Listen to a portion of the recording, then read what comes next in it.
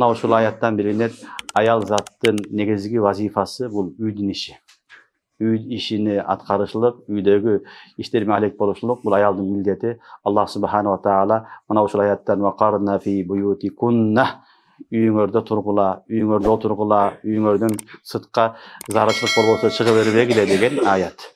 Аллах субханаху ва таала дүйнөдө адам затын эки түрлүү жараткан, эркек жана аял кылып. Эркек жана аял кылып жараткан. Экөөнө эки түрлүү вазифаларды берген, өкүмдөрдү берген.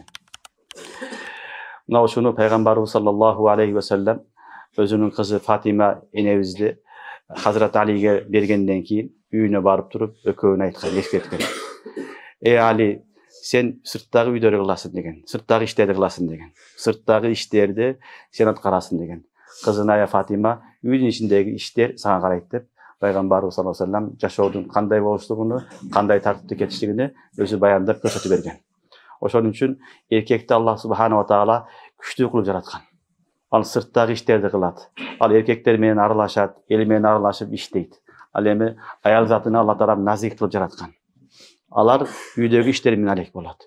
Үйдү тазалоо, тамак аш кылуу, бала чаканы кароо, үйдөгү иштер менен алек болушулук бул аялдардын вазифасы, милдети. Ал эми сырттан иштеп, талаалап жүрүп, тамак таап келип, адал тамак менен үй бүлөсүн багышлык бул эркектин милдети. Мына ушул жерде Аллах субханаху ва таала вақарна фи буютикунна деп эскертип атат, аялдарга силер мүмкүн болушунча үйдөн чыкпагыла, үйдө отургула деген. Демек кайсы үй жакшы десе, аял үйдө отурган үй эң жакшы үй болот. Үйдө отурса, ошо баласын карайт, баласын өстүрөт, тарбиялайт, баласыга маани берет. Бүгүнкү күндө бүгүнкү жашоодо көбүнчө эркек менен аял бирдейбиз деп көчөгө чыгып алып, ошонун негизинде үйдөгү жашоо көбүнчө эмне болгон, уруш жанжал, туура эмес багытта, балдар тарбиясыз калган, ач калгандыгын бардыгы, ажырашкандыгын бардык себеби ошол аял заттын үйдө отурбастан, зарылчылык болбосо дагы көчөгө чыгып, эркек менен чогуу жарышып иштегендиктен келип чыккан. Эркек кылган ишин аял кыла албайт баары бир. Аллах субханаху ва таала өзгөчө жараткан. Мисалы эркек адам мешитке барып намаз окуйт, аял окуй албайт. Эркек адам жумага барат, аял бара албайт. Айтка барат, аял бара албайт. Жаназа маселелери бар, кабыр казуу маселелери бар, аны көмүү, жуу, толтура маселелери бар. Ага аялдардын неси жетпейт, кудурети жетпейт, назик акылы да жетпейт, өзүнүн денеси дагы ага мүмкүнчүлүгү жетпейт. Аллах субханаху ва таала башка нерсеге ала жараткан. Ошон үчүн Аллах субханаху ва таала бул жерде жалпы аял затын эскертип атат. Вақарна фи буютикунна. Пайгамбардын аялдары аркылуу жалпы үммөткө үйүңөрдөн чыкпагыла, үйүңөрдө отургула дейт. Ошон үчүн эгерде аял заты үйүндө отуруп, алып келген, эркек алып келген нерсени туура пайдаланып, халал рызкысын жеп, балдарыны тарбияласа, Аллах субханаху ва таала эркектер сыртта жүрүп канча иштеген болсо, канча жумуш кылган болсо, бүт бардыгынын соогун Алла бере берет. Үйдө отуруп, соопту таба берет. Эркек менен чогуу чыгып иштеш зарылчылыгы жок. Ушул аят түшкөндө башка аяттардан дагы аялдар келип пайгамбардан сураган: "Я Расулаллах, эркек кылган ишти биз кыла албайбыз" деген.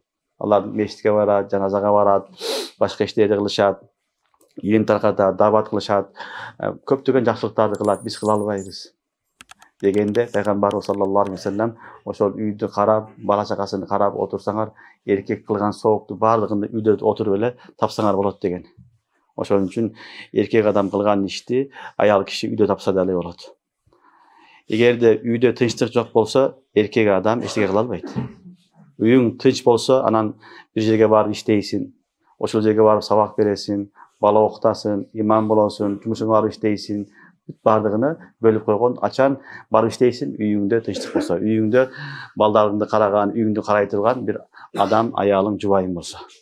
Эгер андай болбосо, сен аны эчтеке кыла албайсың. Ошон үчүн ишти бөлүп берген Аллах таалам, бирок эркектер кылган сооптун бардыгыны Аллах субханаху ва таала үйдө отурган аял затына дагы бере берет.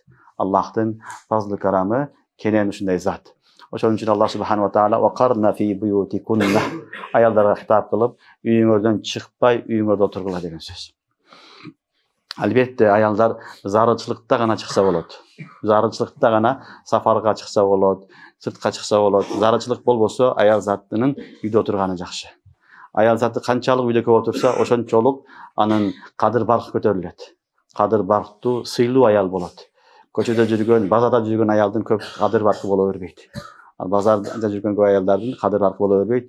Үйдө парда менен үйдө отурган аялдар сыйлуу, бактуу, кадырлуу аялдар болот.